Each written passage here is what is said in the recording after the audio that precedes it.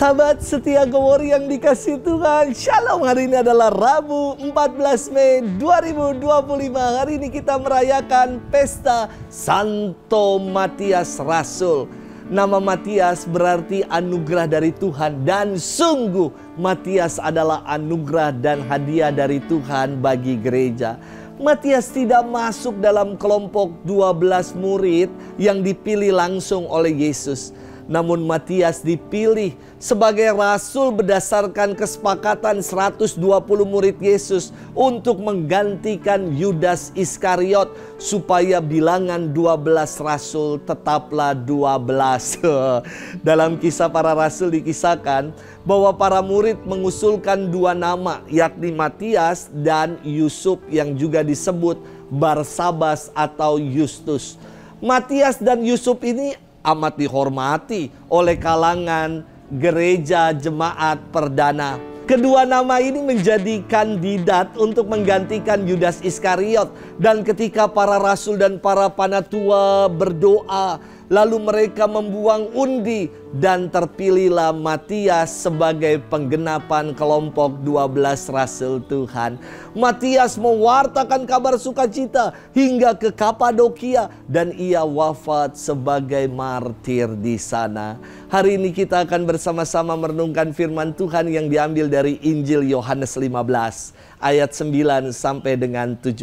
Kita siapkan hati kita. Haleluya, haleluya, haleluya.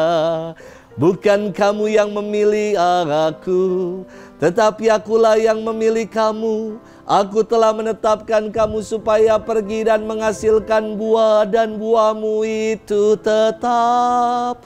Haleluya, haleluya, haleluya. Tuhan bersamamu dan bersama rohmu. Inilah Injil suci menurut Yohanes. Dimuliakanlah Tuhan. Pada perjamuan malam terakhir, Yesus bersabda kepada murid-muridnya, "Seperti Bapa telah mengasihi aku, demikian juga aku telah mengasihi kamu. Tinggallah di dalam kasih-Ku itu. Jikalau kamu menuruti perintah-Ku, kamu akan tinggal dalam kasih-Ku, seperti aku menuruti perintah Bapa-Ku dan tinggal dalam kasih-Nya. Semuanya itu Kukatakan kepadamu, supaya sukacita-Ku ada di dalam kamu dan sukacitamu menjadi penuh. Inilah perintah-Ku, yaitu supaya kamu saling mengasihi seperti aku telah mengasihi kamu. Tidak ada kasih yang lebih besar daripada kasih seorang yang memberikan nyawanya untuk sahabat-sahabatnya. Kamu adalah sahabatku jikalau kamu berbuat apa yang Kuperintahkan kepadamu. Aku tidak lagi menyebut kamu hamba, sebab hamba tidak tahu apa yang diperbuat oleh tuannya. Tetapi aku menyebut kamu sahabat, karena aku telah memberitahukan kepadamu segala sesuatu yang telah Kudengar dari Bapa-Ku. Bukan kamu yang memilih aku, tetapi akulah yang memilih kamu.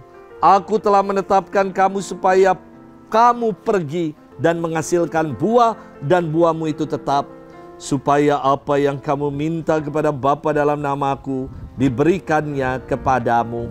Inilah perintah-Ku kepadamu, kasihilah seorang akan yang lain." Demikianlah sabda Tuhan. Terpujilah Kristus. Sahabat setia Gowori yang dikasih Tuhan, Shalom. Saya teringat ya, waktu saya SMP, saya pernah jatuh cinta. Dan saya ngomong sama mama saya, "Ma, aku jatuh cinta sama dia." Lalu saya kasih tunjuk fotonya kepada mama saya. Lalu mama saya bilang, "Aduh, dasar cinta monyet," dia bilang gitu. Saya langsung bermenung, ya ampun Tuhan, aku kok cinta monyet? Aku ini anak mama papa atau anak siapa? Kok jatuh cintanya disebut cinta monyet? Saya kan tidak mencintai binatang, tetapi mencintai kekasih yang ada di foto ini. Dan buat saya pengalaman jatuh cinta itu sungguh mengubah diri saya. Yang tadinya hidup saya belangsak, nakal, bandel, kini hidup saya ketika saya lagi jatuh cinta, wow, berjuang untuk baik, rajin belajar, bertekun, berprestasi di sekolah. pengalaman jatuh cinta sungguh telah mengubah saya. Maka seharusnya pengalaman kita dicintai oleh Tuhan juga mengubah hidup kita untuk menjadi pribadi yang lebih baik. Sahabat setia Go-Worry yang dikasihi Tuhan, dalam firman Tuhan hari ini biasa menjadi referensi dalam ibadah-ibadah perkawinan. Apa yang istimewa sih dari bacaan ini hingga dijadikan salah satu referensi dalam ibadah perkawinan? Jawabannya karena firman Tuhan hari ini syarat akan makna kasih. Yesus mengungkapkan bahwa kita sungguh dikasihinya. Bukan hanya sekedar dicintai, tetapi sungguh-sungguh dikasihi sehabis-habisnya. Sebagai pribadi yang dikasihi Allah, kita pun diajak untuk saling mengasihi. Kasih Tuhan diungkapkan secara nyata untuk kita, yakni Yesus menyebut kita bukan lagi hamba tetapi para sahabat. Karena para sahabat tahu apa yang menjadi rahasia kehendak sahabatnya, katanya. Kalau hamba, dia tidak tahu apa yang menjadi maksud dan kehendak dari tuannya. Kita ini adalah sahabat-sahabat yang sungguh dikasihi oleh Tuhan. Dan kasih Tuhan bukan bukan omong doang, namun ia tunjukkan melalui kasihnya yang nyata, pemberian dirinya yang wafat, menderita sengsara hingga wafat di atas kayu salib untuk kita. Maka kita diminta untuk tinggal dalam kasih-Nya. Tinggal di dalam kasih Tuhan artinya adalah menuruti segala ketetapan dan perintah Tuhan. Taat pada apa yang menjadi kehendak Tuhan. Apa yang menjadi perintah dan kehendaknya disampaikan dengan jelas dalam akhir firman Tuhan hari ini. Yakni kita diminta untuk saling mengasihi. Bukan saling membenci, bukan saling mendendam, saling memusuhi. Selanjutnya, yang Tuhan kehendaki adalah agar kita berbuah dalam kehidupan. Berbuah artinya adalah menghasilkan sesuatu yang baik, yang dapat dirasakan oleh orang lain. Yakni kita mau menjadi berkat bagi sesama. Sahabat setia Go-Worry yang dikasihi Tuhan, menjadi imam buat saya bukanlah prestasi, tetapi panggilan untuk melayani, untuk mengasihi kawanan domba yang Tuhan percayakan dalam gereja kudusnya.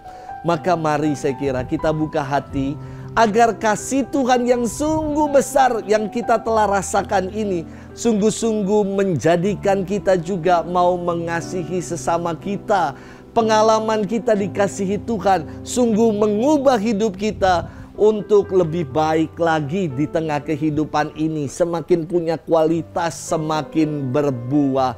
Saya pernah membaca dalam sebuah tulisan di kantor pembimbing rohani saya yang setiap bulan saya bimbingan rohani kepadanya.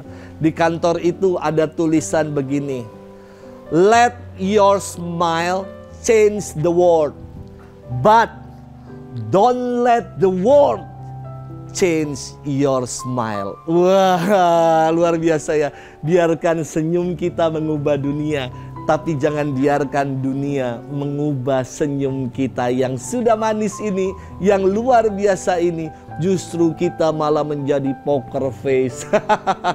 Selamat berbendung. Semoga kita selalu diberkati oleh Tuhan dalam nama Bapa dan Putra dan Roh Kudus. Amin.